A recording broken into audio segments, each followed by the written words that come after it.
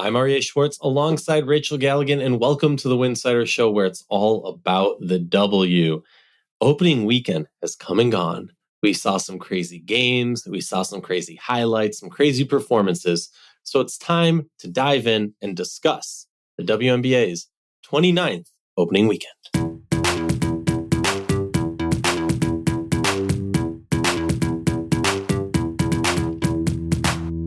If you like our show, please consider joining our Patreon community, patreon.com/Winsidr. That's patreon.com/Winsidr. For less than a cup of coffee a month, you can directly show support for the hard work we do covering the W. And don't forget to see our amazing staff's written content over at winsidr.com. That's winsidr.com. In preparation for the season, we have expanded our content on a variety of social media platforms. Make sure you are following Winsidr on TikTok, Instagram, Blue Sky, Twitter, and most definitely on YouTube. Welcome back to the show. Excited to be here with the great Rachel Galligan, my favorite WNBA mind. Time to discuss opening weekend, Rachel. I feel like we've been doing this for a few years now. So I'm tossing out the show notes and we're just diving right in. Give me one word to describe opening weekend. One word. Eventful, I guess. Eventful. All right, I'll take it. There was 9 events. Nine events. Some really incredible performances. I mean, let's start with Napheesa Collier. I mean, really, that specific night, literally the first night, you've got Napheesa Collier who sets the opening night weekend. And then it's broken again a couple hours later by Kelsey Plum, who put on an absolute show against the Golden State Valkyries. And so I think there's a lot to talk about, a lot to digest, but like a lot of the things, again, it's very early. I want to preface this. I think that it's human nature to want to jump the gun after like 2 days, 2 games, and just, either panic or overhype something. Like, it's so early for me. I really try to approach this with just a level head, but like, obviously there's things to discuss. I was really impressed with Minnesota. I think we talked about it before. Like, is this a franchise that kind of the stars aligned last year? And like this year, maybe it doesn't align as much, but man, they look really good. They look really strong. They look confident, and they're still without Kayla McBride. All of the offseason talk about Fee being a favorite to win MVP this year, like it's interesting. Like, where did that come from? It was just more like, it's just her time now. Like the stars aligning. It feels like where she's peaking at her career, the way she played with Unrivaled, the chip on her shoulder from last year. Like, it just feels like this is going to be a phenomenal season for her. She continues to just get better every single year. The biggest thing I noticed so far was like her ability to look more comfortable out on the perimeter, knocking down threes. I mean, she's like 4 for 6 right now, shooting 67%. It's early, of course. Still a ridiculous percentage to be shooting in 2 games. I don't care. But like, she's proven, if you've watched her closely throughout the course of her career, she has gotten better every single year. Every year she adds some new element to her game, offensively, defensively. I mean, like we just did our Bleacher Report show. She was our MVP of the week. And like, again, it kind of just reiterates the things we've all talked about in the offseason. All of us talking heads or media members or, people who just follow the league closely. This could be a phenomenal season for her. And she started out with a bang. I think, Minnesota looks strong. I mean, like, I was impressed with Kelsey Plum, just accepting a new and different role. It's a completely different role. It's almost a role that almost in some ways mirrors her college days at Washington. I know that's like a really bad comparison because this is not college basketball, but I mean, coach is there, Rachel. But yeah, she's got her former coach on the bench and Mike Neighbors. But I had so much fun watching Plum in that game versus the Valkyries. Like, she looks light. She looks confident. She looks like she's on a mission. She looks like she's embracing this new chapter of her life away from Las Vegas. And obviously it's a different role. They need her to be the alpha. They need her to be the leader of this team. She needs to be the leading scorer of this team. They have a lot of good weapons. They're still not 100% healthy either. So I think LA will take steps this year. I mentioned it on our previous show, like that the acquisition of Plum in the offseason and getting rid of that lottery pick, like, just goes to show you that was the right move for the Sparks. If anybody criticized it, I know some might have a little bit, but like, look at her. She's going to put up career numbers this year, in my opinion, from a scoring perspective. And so what that means in terms of where the Sparks, how far they go this season, to be determined. But definitely was fun to watch her just like look so confident and playing with so much energy. And just again, embracing that new chapter in her life. 100%. For me, the things that kind of stood out, obviously on a positive note, Washington Mystics 2-0, not blown away by the 5-point win over the Sun. A little bit kind of expected them to be battling it out around there. But that 4-point win over the Dream, really impressive for me. Now, similar to what you're saying, I'm not getting overhyped here. I'm not saying, hey, this is going to be a playoff contender now. I'm still not there for this team, but impressive for a team that I was very low on, to see the youth movement working so well, to see this understanding of a team. It's really easy for teams that, in preseason polling and whatever are dubbed not going to be contending for a championship, maybe not even for the playoff spot. It's easy for those teams to kind of phone it in for the first few games. You already went through the battle of camp. Now you're past camp and you've secured your spot for the season almost. Hey, we can now be simple. We don't need to put in the same amount of desperation in every game we play. But that is not them. That's not what we saw from them. And that was really impressive for me, especially what we saw from Kiki in that first game. Look, in her first two games, right, she had to go up against BG and Bree Jones. And then the next game you're going up against some other bigs. Real quickly, Rachel, what was your thoughts on the Mystics? I mean, both Sonia Citron and Kiki Aryeh, like, just not skipping a beat, like out there just playing like they didn't just take a massive jump over the last few weeks into the pros and going toe to toe with players they probably at one point in their lives idolized, like weren't phased.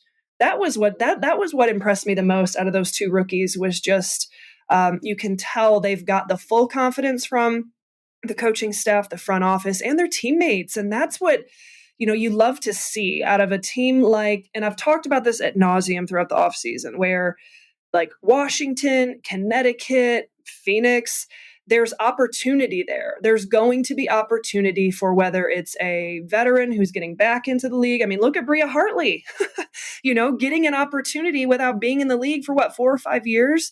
Wild.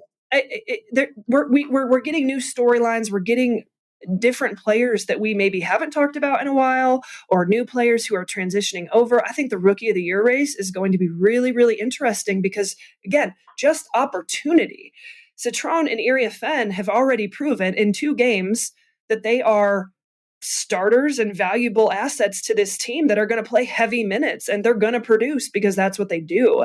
I was really impressed with them. And I think more than anything, more than about individual performances, I think Sykes is going to have a massive role this year with the Mystics.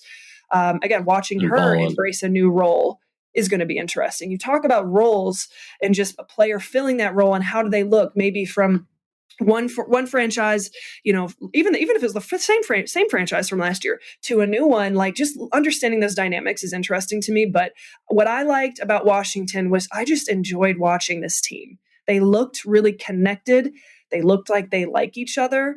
They looked like, we don't know what we can do this year, but damn it, we're going to compete every single night. And that's what, you put that type of product on, I'm tuning into it. I'm here to watch it. I'm here to watch, even with some of the learning curves that this team will inevitably go through. I don't expect them to finish outside of the lottery, but if they're out there competing and they're connected and they're playing hard and they're a team you can't overlook just because they play hard and they work well together. So I was impressed with Washington. They're fun to watch. Yeah, most definitely. And also just to think back to the career journey of Brittany Sykes, starting in Atlanta, being that high energy player, going to LA, being that high energy player, adding a little bit more consistent scoring, but then becoming such a well-known defender, then moving on to DC. And now, let's be real. We're talking about a team.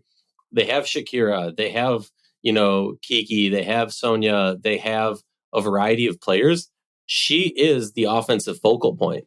I mean, she's bringing everything they need. It's really impressive, really fun to see. Then on the flip side, it can't all be positive, Rachel. A team that like honestly irked me majorly, the Seattle Storm. And I don't know if you thought I was going to say that. That first game, Storm Mercury, love that now, first time that we no longer have Sue Bird or Diana Taurasi in either of the jerseys as these two, storied franchises battle it out. They're in Phoenix. Let me break down I will be as short-winded as I can, why I was so concerned about that game. Great win for the Mercury. I'm talking about the Storm here.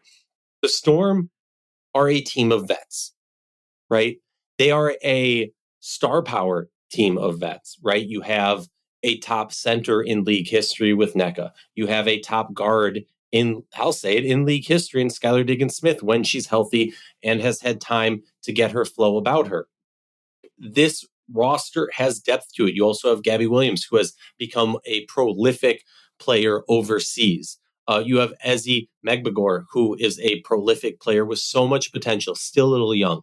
Haven't even gotten to Malunga. Haven't even talked about Alicia Clark, one of the best 6 women in league history, an amazing 3-and-D player. Erica Wheeler, like the list goes on this team. Yes, they're a little bit weak in the wing department, excuse me. But I would say that is a cause of their own doing when they cut everybody right before the season started and are essentially playing with 10. I still think they're waiting for one more player to make one more signing, or there's something in motion that they're trying to do, because why else? You have the cap space to have 12 and run with 11 healthy. I don't get it. But for me to see them come out and drop just 59 points against the Mercury, a team that are not an elite defensive team, to only do that, I understand. The roster's had some shakeup. There's a lot of change that has happened. We no longer have Jewel Lloyd there. I completely get all of these asterisks that people want to put there. But at the end of the day, this is a roster that, for the most part, of people who played meaningful minutes in that game, were all there for camp. You're all vets. You've been around the block. You've had successful seasons. Why, that was the type of showing I would have expected for a Dallas Wings, a team that has some vets, some young players, and a brand new head coach. That's what I would have expected for, the Dream a little bit, because they have a new head coach. But you don't have that excuse for Seattle. And that's why it was so concerning. I like the bounce back, the 79-71 win over Dallas just yesterday as we recorded today. So yesterday is in Monday. But even that one, they kind of slowed off in the second half and gave an opportunity after a really dominant first half. They gave an opportunity. I think you said it was 17-point lead at one point. They gave an opportunity for the Wings to storm back. It was not enough. But yeah, that is of the teams. There's the teams we expected to struggle early on. There's the teams that we expect to be in the lottery. This is a team I did not expect them, I'll say it, to lay an egg in game one. Well, and Skylar Diggins even, made a comment, correct me if I'm wrong, where she was embarrassed, or at least the broadcasters mentioned that last night in the game against Dallas, that she was embarrassed about that opening night and how she felt like she needed to be better, at just facilitating this team. And and I agree, that night we were like, whoa, did not expect this to be the outcome of this game. And I definitely didn't expect Phoenix to look like that, especially without Kalia Copper. So whoa. To me, this is a game that we're going to look at 3 months from now and be like, whoa, remember when that happened? That was wild. You know what I'm saying? And maybe because I have recency bias and I saw what Seattle did last night to Dallas and they were able to get that win and right the ship a little bit. But here's the thing. Yeah, you have NECA. Yeah, you have Skylar Diggins, but we can't keep leaning on the Ezzy's young, she can't go 1 for 9. Gabby Williams can't go 1 for 9. Those two cannot go 2 for 18, shooting 11%. They struggled to score across the board, not just those two, but they don't have a super deep team. And so those starters are going to have to be efficient. They're going to have to be efficient. And more than anything, they're going to have to defend a lot better than what they did against Phoenix. And then let me pull up the stats real fast just to double check. And they bounced back. I just really think I question the depth of this team, and I question, like, man, like if they're not all playing well, this could get out of hand at certain times. And again, like, it's early, we don't quite know, but let's look at the stats. Storm versus the Wings. Ezzy ended up going 50%, 3 for 6. Gabby Williams, 7 of 13. Okay, you have to have that type of production out of those two in particular. Nneka's going to have nights where she's giving you 15 to 25. Skylar Diggins is going to give you, 17 to 25. Like Alicia Clark, I don't think we can expect her to be like up around like 10, 12. Like she's got to be solid defensively. She's got to give you meaningful minutes. She's got to do the right thing, be the veteran, give you 6 to 8 a game. And so like after that, like you got Erica Wheeler, Lee Rue, and like Malonga. I don't know, man. The depth of this team is questionable, and you just have. I will push back. What? No, I will, only because I love to disagree with you, and depth? I feel like we've been. What depth? So this is what I'll say. When we talk about depth, I understand what you're saying and where you're coming from. This is my pushback is when we look around the league. What team has crazy depth? Like there are teams that have some depth, but a lot of teams are so top heavy. In comparison to some of those top heavy teams, I'm looking at you, Phoenix. Seattle's worse than Vegas right now in their depth, in my opinion. I would look at the rosters side by side and argue. Yeah. But I will say Lexi Brown is a serviceable 3-point shooter or good defender. I've been saying this for years. I think she's a player who can do both of those really good, but not both of them in the same game. That's just been my take on her. Lee Yuru and Malonga are great depth, in my opinion, for their front court of Nneka and Ezzy. I understand that they don't have the much experience. Malonga's very young. Lee Yuru has not played that much in the league. I totally get it. Erica Wheeler, as a vet bench player coming off the bench and being your backup point guard, again, like I'm not going to sit here and say, Erica Wheeler should be starting on a top contention team or Lexi Brown should be, or any of this bench should.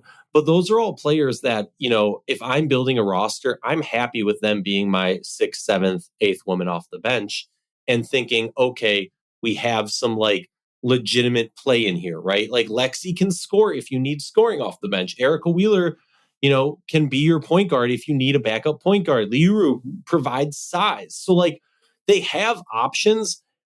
And I'm going to be stressing this and talking about this, I feel like, throughout this whole season. My concern isn't the depth. My concern is the head of the snake. My concern is not just the roster makeup, but I think at a certain point we have to start questioning the vision of this team from the head coaching position. It's been many years, and like, hate on me for this, tell me I'm wrong, whatever. There have been many years, in my opinion, that we have been giving excuses for this Seattle Storm roster and for what Noelle Quinn has been able to do. And as the years go on, the excuses change, but they continue to be excuses. And at a certain point, I'm not saying that point is now, but this is my way too early prediction for the season. At a certain point, we're going to have to start acknowledging that all of these concerns are serious and we can't just make an excuse for it.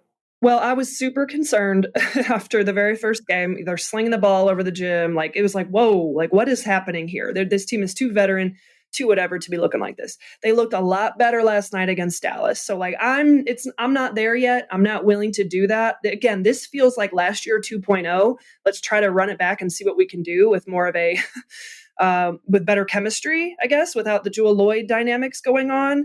But I think it hurts them. Honestly, the loss of Jordan Horson hurts this team more than we give it credit for. Oh, yeah. That's a player that they really, I think she would have been that depth piece. If she's on this roster right now and they've got that wing element and that length, I think that helps them exceptionally. But again, let's see. We're just a couple of games in. There's no doubt there's star potential on this team. I think Ezzy Magbagor looked so much more comfortable and so much more confident in that second game against the Wings than she did against the Phoenix Mercury. Credit the Mercury and what they did to them defensively. They just kind of body bagged them a little bit and just kind of, I mean, that's what that team is going to have to do, especially with Alyssa Thomas, kind of setting the tone for that team in Satu Sabali. But that's a whole other conversation. We'll talk about that team next time. But Seattle, okay, I'm going to pump the brakes. I'm going to be willing to give this a chance for a few weeks before I start becoming overly critical from the top down.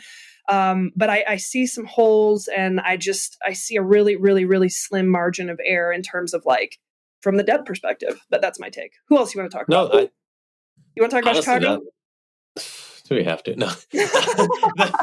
No, like that I'm with you on that. I think, and I touched on this a little bit in the Bleacher Report show. While it's way too early to start, saying definitively this is what I think, that like I think it's important for the growth of our league and the coverage of our league to start speaking our mind, because Rachel, we've been around the block a few times. I'm not sitting here saying, hit the fire alarm on the Seattle Storm. But what I am saying is I'm seeing early concerning signs, and they are lining up to, at least specifically to Seattle, concerns that I've had for going on years now. And so I'm bringing this up to say, okay, I put this out here. I put out this hypothesis. Let's see how the season goes and kind of readjust and reanalyze it as we go on. Okay, and you pick, because we talked about Chicago on the Bleacher Report show. Would you rather talk about Chicago or Golden State? Let's do Golden State. Okay. that is an interesting new franchise.